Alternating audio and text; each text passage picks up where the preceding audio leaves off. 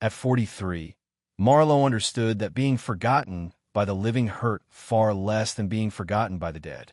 After pouring 4 years of her life into caring for her mother, sleeping in hospital chairs, skipping meals, watching her savings drain to nothing, she walked out of the will reading with one thing: a rusted key to a condemned storage depot nobody had set foot in for decades. Her sister Viveca got the house, the accounts, the jewelry, and the car. Marlowe got a building full of dust out in Hollow Creek that the lawyer called of negligible value. What nobody knew, not Viveca, not the lawyer, not even Marlowe herself, was what Grandma Cressida had hidden inside that depot 30 years ago and never told a single soul. Before we jump back in, tell us where you're tuning in from, and if this story touches you, make sure you're subscribed, because tomorrow, I've saved something extra special for you. Marlowe Voss turned 43 in a hospital waiting room with a vending machine coffee going cold in her hand. There was no cake, no gathering.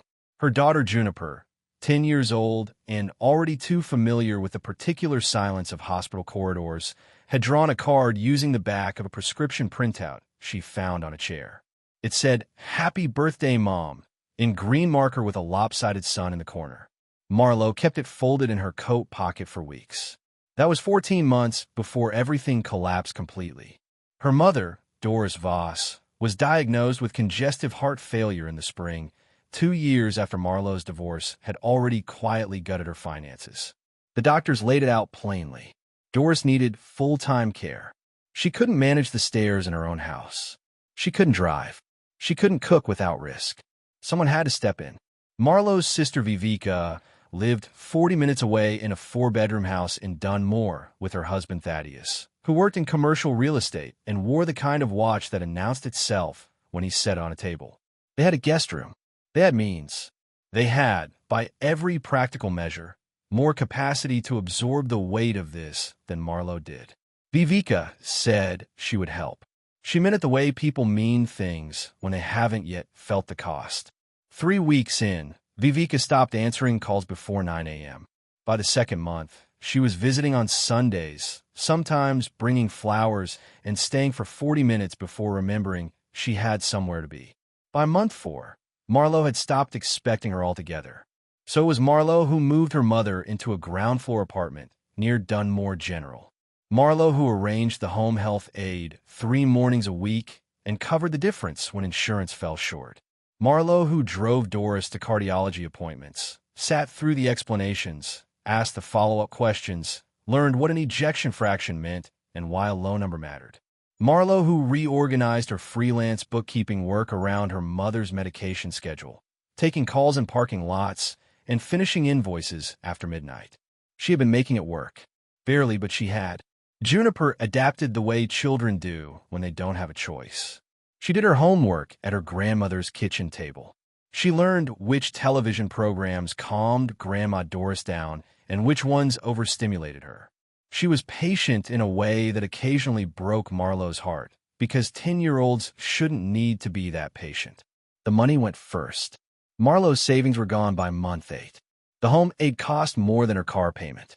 The apartment's medical-grade air filtration system, which Doris's pulmonologist said was necessary, cost $400 a month to maintain.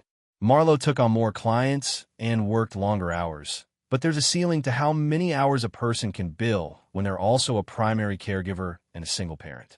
She borrowed from her friend Cassandra, who gave without making her feel small about it.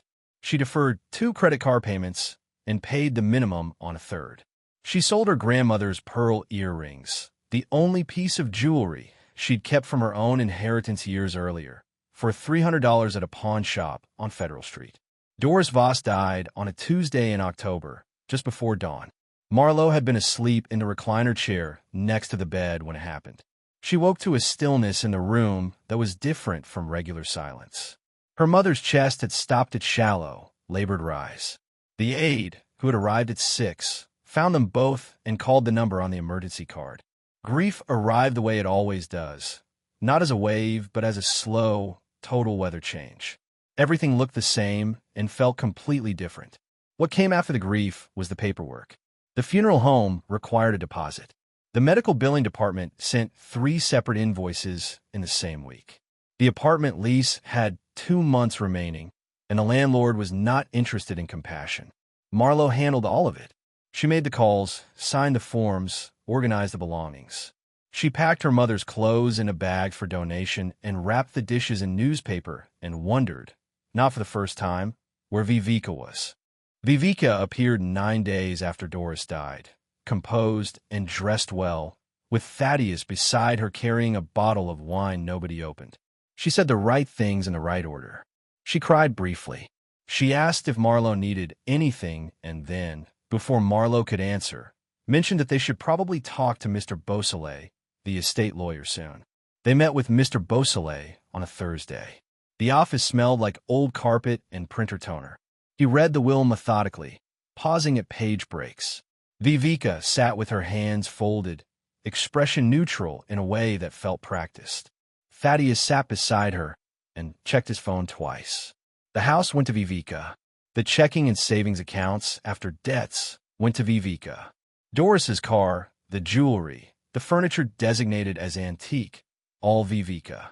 There was a small life insurance policy. That too went to Viveca.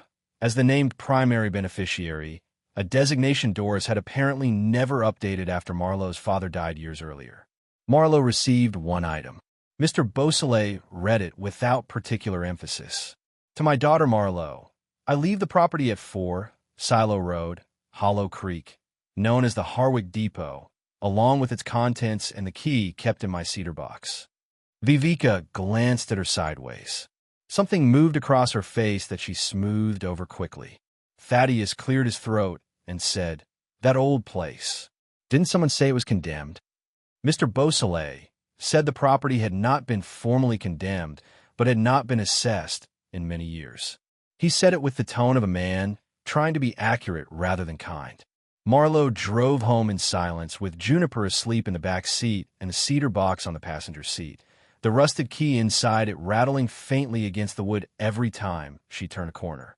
She didn't open the box that night. She sat at the kitchen table after putting Juniper to bed, staring at it, and let herself feel the full weight of what had just happened. For years of her life given completely to her mother, and this was the accounting, a key to a building nobody wanted on a road she'd never driven down. By the end of that month, her 2 largest bookkeeping clients had moved to an automated service. She picked up smaller work, inconsistent work, the kind that paid late and sometimes not at all.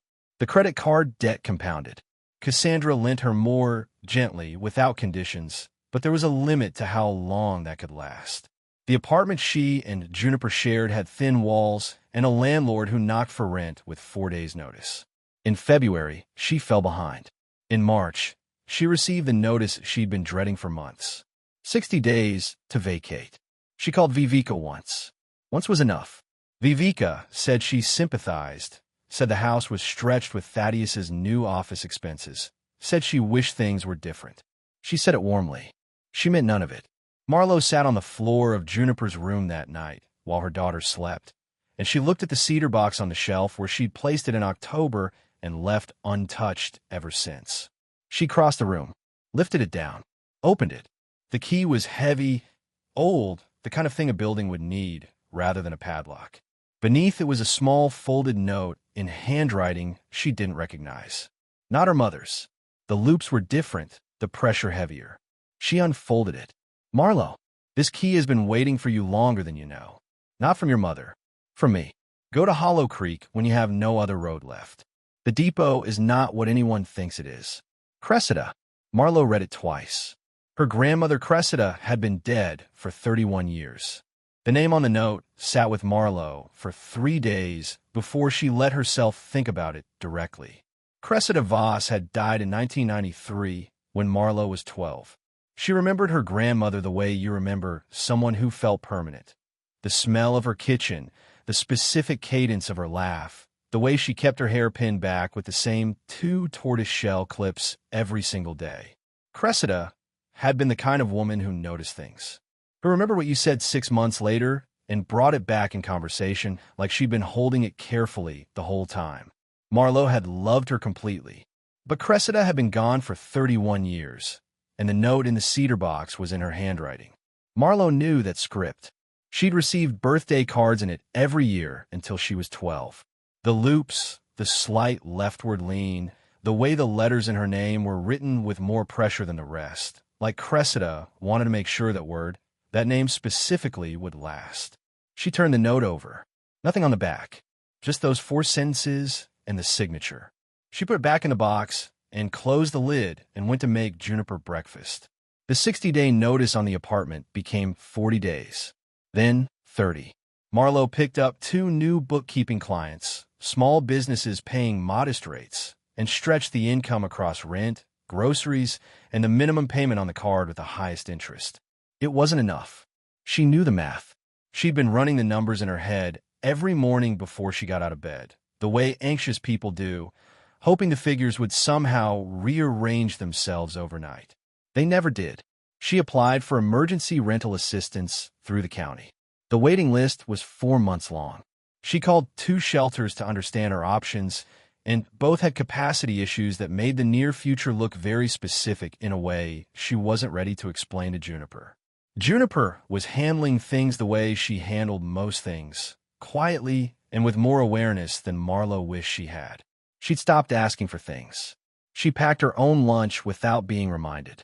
She'd been wearing the same pair of sneakers since September and hadn't mentioned that the right sole was starting to separate at the toe, even though Marlowe had noticed and felt it like a stone behind her sternum every morning.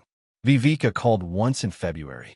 She wanted to know if Marlowe had any of their mother's recipe cards, specifically the one for the almond cake Doris made at Christmas. Marlowe said she'd look. She didn't look. She hung up and stood in her kitchen for a full minute without moving. The will had been clean, legally. Mr. Beausoleil had confirmed it when Marlowe called to ask if there was any basis for contesting the distribution. He was careful and honest about it. Doris had updated the will 14 months before she died, right around the time her condition worsened, and Viveca had started making more frequent appearances, bringing flowers, sitting close, being present in the particular way people are present when something is being decided. Marlowe hadn't known about the update. She'd been too busy managing medications and insurance appeals to think about what was being signed in a lawyer's office across town. She didn't have proof of anything specific. She had a pattern that told a story she couldn't legally act on, and a sister who would never acknowledge what she'd done because she'd structured things carefully enough that there was nothing to acknowledge. 22 days before the vacate deadline, Marlowe made a decision. She'd exhausted everything. Every practical option had a wall at the end of it. The assistance programs, the side work, the careful rationing of every dollar, the call she'd made, and the email she'd sent, and the form she'd filled out. She'd done all of it, and it hadn't been enough, and the apartment was going to go, and she needed to figure out what came next before Juniper figured it out first. She went to the shelf, took down the cedar box. Read the note again. Go to Hollow Creek when you have no other road left. She pulled out her phone and searched the address. 4 Silo Road, Hollow Creek. The satellite image showed a long rectangular building set back from a gravel road, surrounded by overgrown grass and a tree line on 3 sides. The roof looked intact from above. Every window she could make out was boarded. The lot around it had gone wild, shrubs growing where a gravel lot used to be clear. She searched the property records.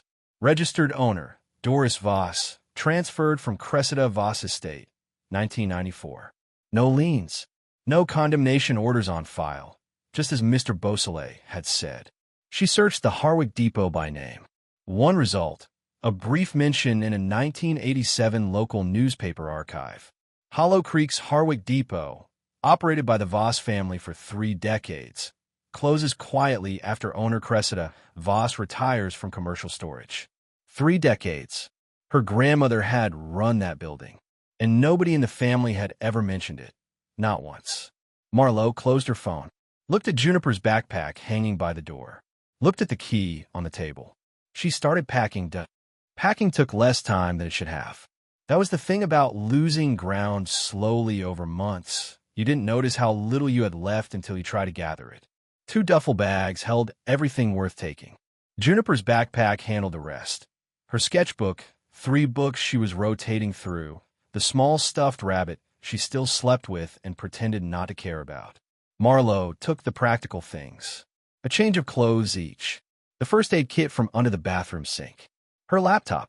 The folder with their documents, birth certificates, Juniper's school records, the lease termination papers she hadn't been able to throw away yet. The cedar box went in last, wrapped in a dish towel, set on top of everything else. She told Juniper they were taking a trip. Juniper looked at the bags, looked at her mother, and said, "Is this because of the apartment?" Marlowe sat down on the edge of the bed. "We need to go check on a property that belongs to us. Out in Hollow Creek. Grandma Doris left it to me. The old building. You knew about it." Juniper shrugged in the careful way she had. "I heard you on the phone with Mr. Beausoleil. I wasn't trying to listen." Marlowe pulled her close and held on for a moment. "We're going to go see what's there. It might be nothing. It might be something we can work with. Either way, we're going together." Juniper nodded into her shoulder. "Okay." They left before 7 in the morning. The drive from Dunmore to Hollow Creek was 2 hours and 40 minutes on a good day, longer once you left the highway and started following county roads that narrowed gradually, as if the land was tightening around you. Marlowe drove with the heat on low and the radio off. Juniper watched the landscape change from the passenger seat, suburbs dissolving into farmland. Farmland giving way to long stretches of woodline with no buildings visible from the road. Somewhere past the first hour, Juniper fell asleep against the window. Marlowe drove in silence and thought about Cressida. She hadn't thought about her grandmother this directly in years.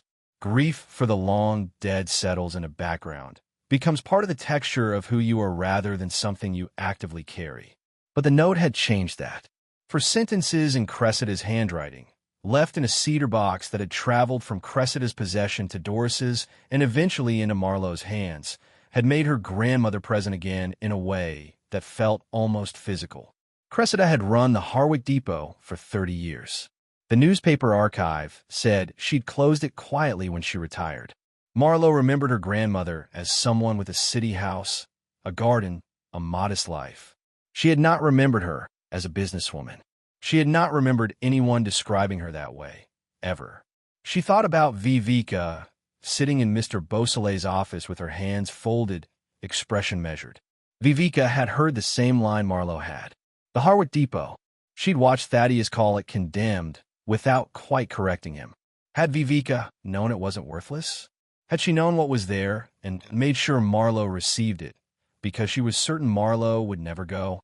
Or had she simply not cared enough to find out, assuming anything Doris hadn't explicitly valued was safe to ignore? Marlowe didn't know. Maybe it didn't matter. She pulled off the highway at the Hollow Creek Junction and stopped at a gas station to fill the tank and buy 2 bottles of water and a package of crackers. While Juniper used the restroom, Marlowe stood by the car and opened the cedar box again.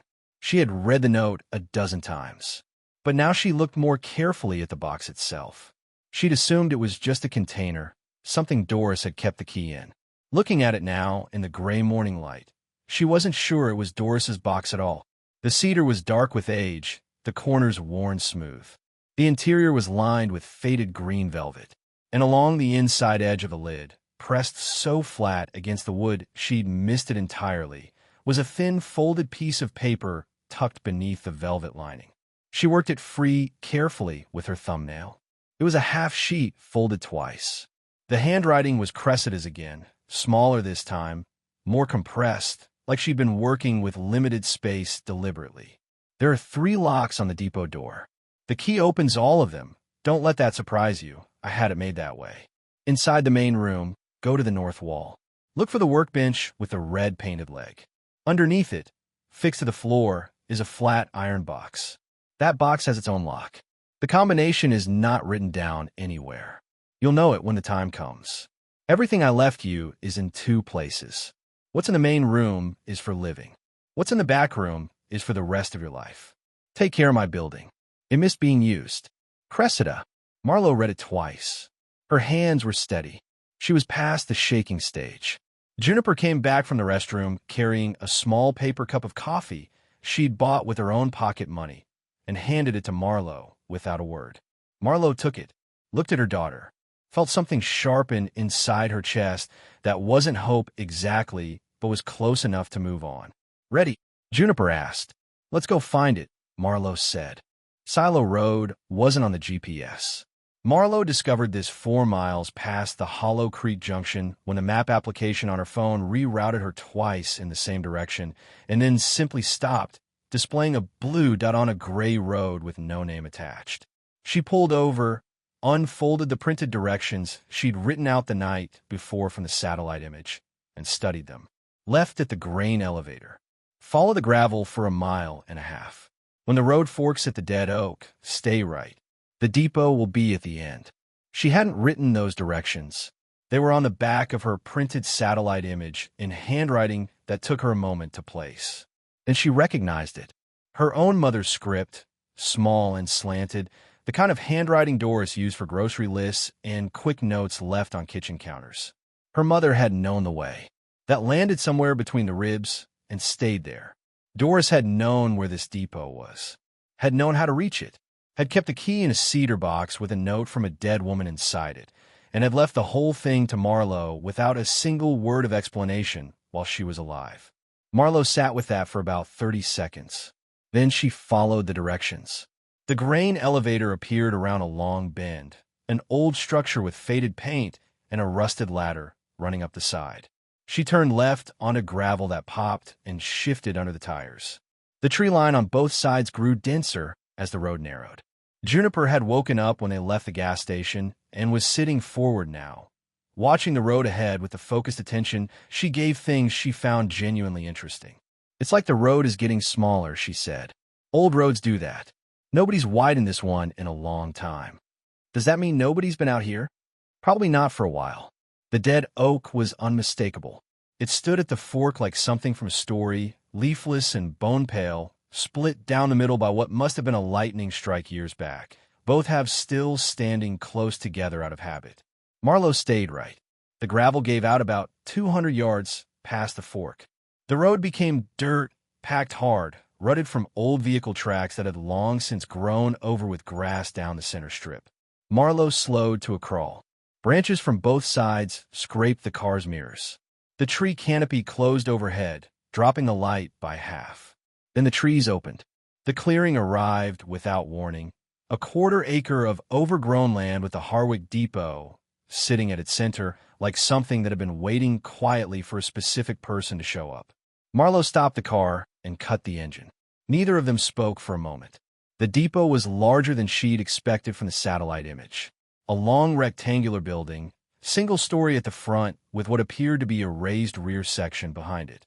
Corrugated metal roof, mostly intact, with one section near the back edge showing rust lines where water had tracked down over years. The walls were board and batten wood, painted dark green at some point, now faded to a gray-green that matched the winter tree line behind it. Every window was boarded, heavy planks nailed across each frame, the wood weathered silver. The main entrance was a wide double door, and across it ran 2 lengths of heavy chain secured with padlocks, one at the top and one at the middle. A third padlock sat at the door handle itself. Weeds had grown waist-high around the foundation.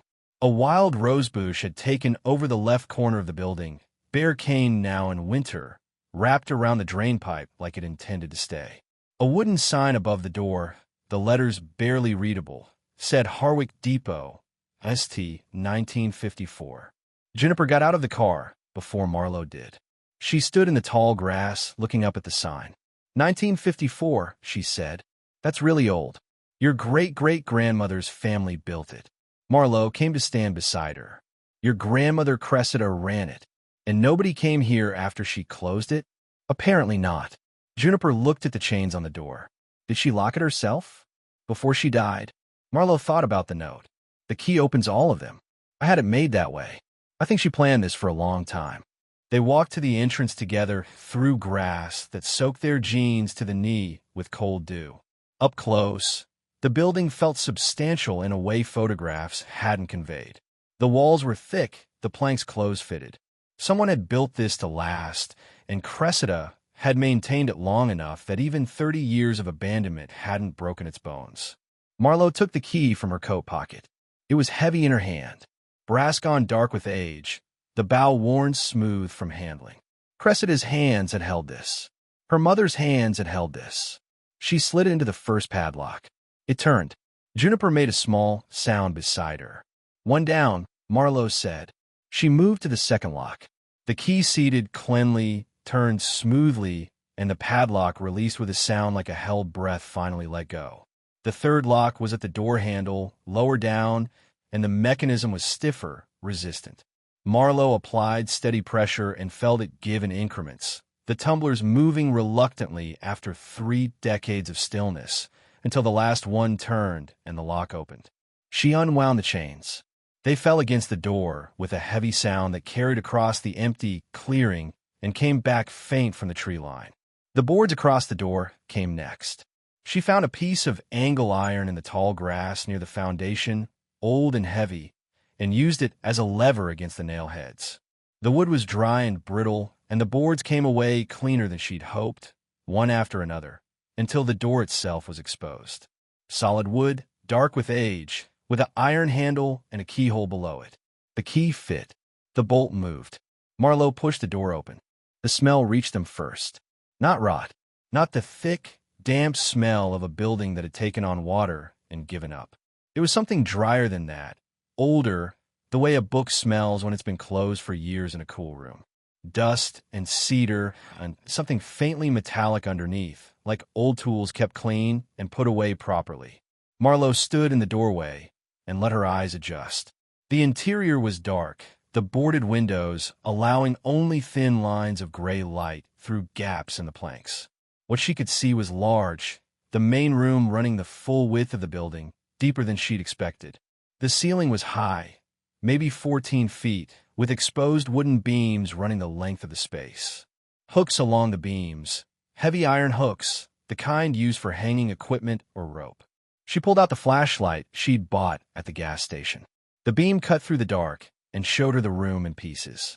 Wooden shelving along the left wall, floor to ceiling, built into the structure rather than placed against it. Each shelf was occupied. Canvas-wrapped bundles, wooden crates with rope handles, stacked cardboard boxes sealed with tape that had dried and curled at the edges.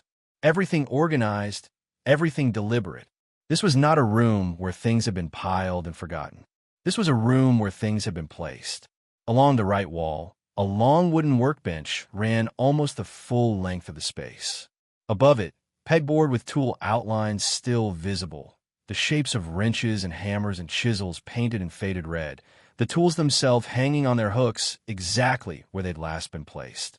Below the bench, a row of metal drawers, the kind you found in old machine shops, each with a small label and a slot. Marlowe swept the flashlight slowly across the space. Then she saw the north wall. The workbench on the north wall was different from the others. Shorter, freestanding, and one of its 4 legs was painted red. Not rusted red. Painted. A deliberate red that had held its color while everything else in the building had faded toward gray. Cressida had done that intentionally. She'd painted one leg so the right bench would be unmistakable to the right person. "Mom." Juniper's voice was low. "This place is enormous." "I know. Grandma Cressida ran this by herself?" The note said the family ran it for 3 decades. "I don't know how many of them worked it." Marlowe moved inside, footsteps raising small puffs of dust from the concrete floor. "Watch where you step. Stay close." Juniper followed her in, turning slowly to take in the shelving, the tools, the beams overhead. "It doesn't smell bad." "No, it doesn't. That means the roof held." Marlowe looked at her daughter. "When did you get so practical?" Juniper shrugged. "I listen." They worked on the windows next, before anything else. Marlowe needed light more than she needed answers, and the angle iron from outside handled the boards efficiently now that she knew the technique. Juniper pulled boards away as Marlowe levered them free. Window by window, the room changed. Gray winter light came in flat and clean and showed the space in full for the first time. What it showed stopped Marlowe mid-step. "I don't know yet," she said. But Cressida wrapped every single one of them by hand and put them somewhere no one would think to look. She set the portrait down gently. "People don't do that with things that don't matter." Preparing and narrating this story took us a lot of time. So if you're enjoying it, subscribe to our channel. It means a lot to us. Now back to the story. Juniper walked the length of the left wall slowly, counting under her breath. She stopped at 34. Then she turned and looked at the numbered cardboard boxes on the opposite shelving. "Mom, what's in the boxes?" Marlowe crossed to the nearest one, number 7, and opened the top flap. Inside, packed in shredded paper, were ceramic pieces. Figurines, small and detailed, each wrapped individually in tissue. She unwrapped one. A horse, maybe 4 inches tall, the glaze still bright, the detail in the mane precise enough to show individual strands. She turned it over. On the base, a maker's mark she didn't recognize and a date stamp, 1948. She opened box 8. More ceramics, different pieces, same careful packing. Box 9 held small glass objects, paperweights and vases, each one wrapped and nested. Box 12, when she got to it, held silver, flatware, serving pieces, each item in its own cloth sleeve. They spent 2 hours going through the main room, not opening everything, just understanding the scale of what was there. 34 paintings, 19 numbered boxes of objects. The tool wall, which on closer inspection held tools that were old enough to be collectible in their own right, some with manufacturer marks from companies that no longer existed. In the back left corner, behind the last shelving unit, Marlowe found a door she hadn't noticed from the entrance. Heavy wood, with a modern deadbolt that looked out of place against the aged surroundings. Newer than everything else in the room by decades. She tried the brass key. It didn't fit. She stood looking at the door. The note had said 2 places. What's in the main room is for living. What's in the back room is for the rest of your life. The back room had its own lock. A different lock. One the brass key wasn't made for. Marlowe looked at the iron box, bolted to the floor under the red-legged bench. The combination lock. Whatever was behind that door, the way to it ran through that box first. Cressida had staged this deliberately, layered it, made sure that whoever stood in this building had to earn each piece of it in sequence. Marlowe looked at Juniper, who was sitting cross-legged on the concrete floor, carefully rewrapping the ceramic horse in its tissue paper. "We're staying tonight," Marlowe said. Juniper looked up, around the room, at the high-beamed ceiling and the clean shelves and the flat winter light coming through the unboarded windows. "Yeah," she said simply. "I figured." They slept in the car that first night. Marlowe reclined the driver's seat as far as it would go, and Juniper curled across the back seat under Marlowe's coat, the stuffed rabbit tucked under her chin. The temperature dropped after midnight, and Marlowe ran the engine in 20-minute intervals to keep the heat cycling, waking herself each time to make sure she hadn't let it run too long in the closed space. She didn't sleep much. That was fine. She'd gotten good at functioning on less. By 6:30, pale light was coming through the frost on the windshield. Marlowe got out quietly, leaving Juniper sleeping, and walked back to the depot. The door was still open the way they'd left it. She stepped inside and stood in the early gray light with her hands in her pockets and looked at the room again. It looked the same as the afternoon before and entirely different in the morning. The afternoon had been about inventory, about trying to understand the scale of what was there. This was different. Standing alone in the quiet, she could feel the care that had gone into this place. The shelves built into the walls rather than placed against them, the way the roofline had been maintained so the interior stayed dry, the pegboard with its painted tool outlines, the numbering system on the boxes. Cressida had not just stored things here. She had preserved them. There was a difference, and the difference was intention. She walked to the north wall and crouched beside the red-legged bench again. The iron box sat in the floor like it had been there since the building was built, which it probably had. The combination dial was recessed, the numbers worn but readable. She sat cross-legged in front of it and thought about Cressida's note. The combination is not written down anywhere. You'll know it when the time comes. She'd been turning that over since she first read it. Cressida was methodical. She wouldn't have secured something important with a combination she expected Marlowe to guess randomly. She would have chosen something Marlowe could arrive at through knowing her, through paying attention. Marlowe thought about what she knew. Cressida had been born in 1921. The depot had been established in 1954, according to the sign above the door. She died in 1993. The newspaper archive said she'd closed the depot when she retired, which would have been sometime in the mid to late 80s. She thought about the cedar box, the velvet lining, the way the note had been pressed flat against the wood, hidden unless you were looking carefully. Cressida didn't hide things carelessly. She hid them in plain sight, inside things people would handle but not examine. She thought about the painting dates. 1961, the ceramic date stamps. 1948. Then she thought about Juniper, sitting on the floor rewrapping the ceramic horse with the same care it had been packed with originally. She thought about what Cressida had written. Take care of my building. It missed being used. And then she had it. Not a birth date. Not a year. Something simpler. The depot's own number. Established 1954. The address, 4 Silo Road. She tried 19-54-04. The dial was stiff. She turned it carefully. 19-54. 4. When I inherited the trunks, I understood what they represented. Not just money, though they represented that too. They represented proof that we had existed well before the world tried to reduce us. I added to them over the years. Carefully, quietly, things that would hold value. Things that couldn't be inflated away or frozen in a bank. I closed the depot in 1987, and I sealed it the same week. I paid the property taxes from an account your mother didn't know about. I maintained the building through a handyman in Hollow Creek named Aldous Finn, who asked no questions because I paid him fairly, and people who were paid fairly generally ask fewer questions. I chose you before you were old enough to understand why. I watched you grow up, and I saw your mother's family for what it was, people who took without counting and gave without meaning it. You were different. You always were. The main room is yours to sell or keep as you choose. The proceeds will stabilize your life. But the back room is something else. Go and ready. Marlowe folded the letter and held it in both hands. She heard Juniper come through the main door behind her, sneakers scuffing the concrete.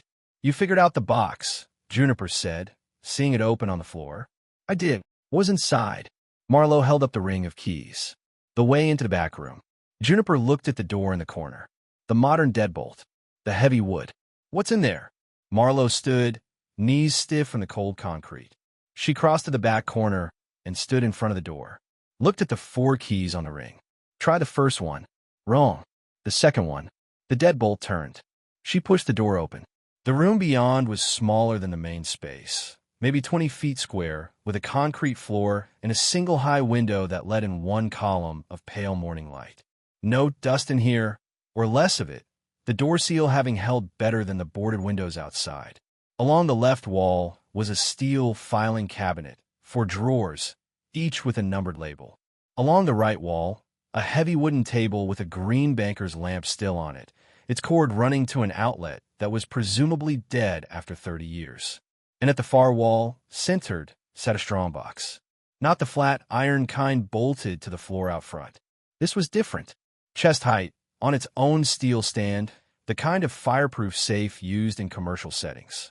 It had a key lock and a secondary combination dial. On top of the safe, placed there deliberately, was a single sheet of paper held flat by a smooth river stone. Marlowe crossed the room and picked it up. 3 lines in Cressida's handwriting. The safe key is on the ring. The combination is your birthday. I remember it the day you were born, and I never forgot it. Everything inside belongs to you. You earned it by surviving. Marlowe's birthday was March 4th, 1981. She stood in front of the safe with the key in her hand and worked through the combination first. March 4th, 81. The dial moved smoothly, the mechanism better maintained than the iron box out front, the tolerance is tighter. 3 numbers, 3 stops. The dial settled on 81, and she felt the internal mechanism shift. She inserted the key, turned it. The safe door swung open on hinges that moved without resistance, as if someone had oiled them recently, though that was impossible. Quality, she thought. Cressida had bought quality, and quality had held. The interior was deep, maybe 2 feet, with 2 internal shelves dividing the space into thirds. Every inch was occupied. On the top shelf, stacked in clear protective sleeves, were documents. Marlowe lifted the first sleeve, and held it toward the column of window light. A property deed. The address was not Hollow Creek. It was a street address in Dunmore, a commercial property on Garrett Avenue she recognized as a block of storefronts near the old rail yard. The deed was in Cressida's name. Below it, a second deed. A parcel of land outside Cedar Falls, 42 acres, recorded in 1979. A third deed for a warehouse property in a town called Brightwell that Marlowe had driven through once on a trip north and barely registered. She counted the deed sleeves. 7 properties. 7 separate parcels, each with its own documentation, each registered to Cressida Voss. The first section held investment records. Cressida had been buying stocks since the 1950s, reinvesting dividends, never selling, building a position over decades with the patience of someone who understood that time was the actual investment. The running total at the back of the section, calculated by hand in Cressida's small, neat figures, was accompanied by a note. This is conservative. The market will have moved. The second section held property valuations. Each parcel had a current at-the-time assessment and a projected value range. The Garrett Avenue commercial property alone was projected at between $400,000 and $600,000 at 1992 values. Cedar Falls land, 42 acres, was marked as having mineral survey interest from 2 separate companies, both of which had approached Cressida about purchasing and been turned down. The third section was a single envelope, unsealed, containing a handwritten letter on 4 pages. Marlowe opened it. My dearest Marlowe, you are in the back room now, which means you found the iron box, solved the combination, came this far on your own. I want to tell you everything now, not in pieces, all of it. My mother arrived in America in 1931 with 2 trunks and a husband who lasted 3 years before the Depression broke him and he left. She raised me alone in a city that didn't particularly want immigrants and cared nothing about women managing without men. She worked in a textile factory for 11 years and saved every dollar she didn't spend on rent and food. She bought her first piece of property in 1944, a small commercial lot in Brightwell, because the man selling it needed cash quickly and didn't look carefully at who was handing it to him. She taught me that wealth isn't made in moments. It's made in the space between moments, in the quiet decisions nobody sees, in the patience to hold something when every instinct says sell. She taught me to be invisible when visibility was dangerous and present when presence mattered. I learned well. When I started the depot in 1954, it was a real business. We stored equipment, commercial goods, seasonal inventory for local companies. It ran for 33 years, and it paid its own way. But the depot was also a reason to have a building nobody questioned. A reason to have income that explained my bank account without revealing what was actually in it. Your grandfather never knew the full picture. Your mother never knew. Viveca certainly never knew. I watched Viveca from the time she was small, and I saw what she was becoming. I watched your mother enable it. I watched your Uncle Garrett enable it. And I watched you absorb every consequence of family that rewarded taking and called it personality. I chose you because you are your great-grandmother's blood in a way the others are not. She survived by being patient and observant and unwilling to be diminished. So have you. The properties are in your name now. I transferred them through my lawyer before I died, with instructions that the transfer documents be held until the deed to the depot was claimed. Claiming the depot triggered the release. By the time you read this, everything is already legally yours. The trust account in Philadelphia has been compounding since 1993. My lawyer in Dunmore, a man named Beausoleil whose father handled my affairs before him, has the complete instructions. Go see him. Tell him you've been to Hollow Creek. He will know what it means. Marlowe stopped reading. Mr. Beausoleil, the same lawyer who had red Doris's while in that office smelling of carpet and printer toner, who had told her the depot had not been assessed in many years, who had said it with the tone of a man trying to be accurate rather than kind. He had known. He had been waiting for her to come. She sat for a long time in the back room of the Harwick Depot with the letter in her hands and 30 years of her grandmother's careful love surrounding her on every shelf. Then she heard Juniper in the doorway. "Mom, are you okay?" Marlowe looked up at her daughter. 10 years old, sensible sneakers with a separated sole, a patience in her face that no child should need to have developed. "Come here," Marlowe said. Juniper crossed the room and sat beside her on the floor, and Marlowe put her arm around her and held on. "Is it good?" Juniper asked quietly. Marlowe looked at the open safe, the deeds, the portfolio, the velvet pouches, the letter in her hand. "Cressida saw us coming," she said. "She built all of this so we'd be okay." Juniper was quiet for a moment. Then, "She never met me." "No, but she knew about me." Marlowe kissed the top of her head. "She knew about you." Marlowe looked at the letter again. The last page, the one she hadn't finished reading. She found the answer there, in Cressida's small, careful script near the bottom of the 4th page. "I did not know your name, but I knew you would exist. I knew Marlowe would build something worth protecting, because that is what she does, what she has always done, even when no one was watching and no one was counting. Whatever she made, I wanted her to be able to keep it. That is all any grandmother can give. Not a solution, just enough ground to stand on." Marlowe read it aloud to Juniper. Not all 4 pages, just that part. Juniper listened with her knees pulled to her chest and her chin resting on top of them. When Marlowe finished, she was quiet for a moment, the way she was quiet when she was actually thinking rather than waiting for something to be over. "She sounds like you," Juniper said.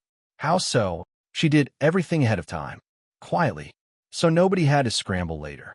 Marlowe folded the letter along its original creases. "I haven't always managed that. You managed it enough." That sat between them in the pale morning light, and Marlowe let it sit rather than argue with it. She put the letter back in its envelope and placed it on top of the deed sleeves and closed the safe. Not because she was done with it, because there was an order to things, and the next thing was not reading more documents in a cold room in Hollow Creek. The next thing was driving back to Dunmore and walking into Mr. Beausoleil's office and telling him she'd been to Hollow Creek. She thought about the way he'd read the will, the tone of a man trying to be accurate rather than kind. She'd taken it for professional distance at the time. Now she understood it differently. He had been holding something. He had been holding it carefully, waiting to see if she would come to claim it, knowing that if she didn't, it would simply keep waiting. "We need to go back," Marlowe said. "Not forever. Just for now. There are things I have to do in Dunmore." Juniper looked around the back room, at the filing cabinet and the safe and the single column of window light. "And then we come back here? Eventually. To live." Marlowe considered that. The main room with its high-beamed ceiling and tulle wall and 34 wrap paintings. The cleared windows letting in flat winter light. The building that had missed being used. "I don't know yet," she said honestly, "but it's ours, so we can decide." Juniper seemed to find that sufficient. She stood and brushed concrete dust from the back of her jeans and walked out into the main room, without ceremony, the way she moved through most things straightforwardly and without drama. Marlowe locked the safe. She locked the backroom door. She walked the main room one more time before they left, moving slowly along the shelving, not touching anything, just looking. 34 paintings, 19 boxes, tools hanging on their outlines. All of it placed by a woman who had decided, at some point before Marlowe was old enough to remember her clearly, that patience was the most powerful thing she could give someone she loved. She thought about the phone call she would need to make. Not to Viveca. She was not going to call Viveca. There was nothing to say to Viveca that would matter to either of them, and she had stopped spending herself on conversations that cost more than they returned. She thought about Cassandra, who had lent money without conditions. She would pay that back first, before anything else. The amount was specific in her mind down to the last dollar, because she had been tracking it like a debt owed to her own integrity. She thought about Juniper's right sneaker with the separated sole.